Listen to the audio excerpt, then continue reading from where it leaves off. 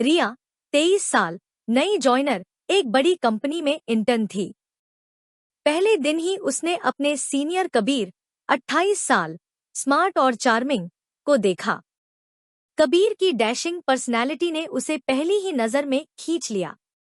कबीर ने मुस्कुराकर कहा, वेलकम टू द टीम, लेकिन ध्यान रहे ऑफिस में डिस्टर्ब करना अलाउड नहीं है। रिया हल्की सी हंसी में बोली, तो फिर आपसे दूर रहना मुश्किल हो जाएगा। काम के बहाने दोनों ज्यादा मिलने लगे।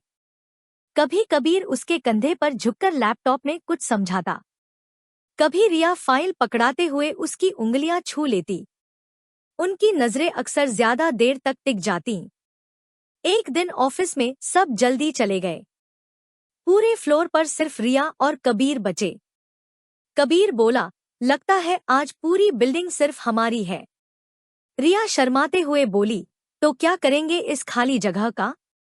कबीर मुस्कुराया, तुमसे बातें और शायद थोड़ी शरारतें। धीरे धीरे दोनों करीब आए। हवा में अनकही चाहत घुल गई। कबीर ने फुसफुसाकर कहा, रिया, क्या सिर्फ मुझे ही लगता है या तुम्हें भी ये खिंचाव महसूस होता है? रिया ने नजरों को झुकाकर जवाब दिया, ये खिंचाव तो पहली मुलाकात से था। दोनों की दूरी मिट गई और ऑफिस का कोना उनकी खामोश मोहब्बत का गवाह बन गया। अगले दिन रिया ने कबीर को अपने मोबाइल पर देखा। उसके वॉलपेपर पर रिया की फोटो थी, जो उसने कभी भेजी ही नहीं। रिया हैरान, ये तस्वीर तुम्हारे पास कैसे?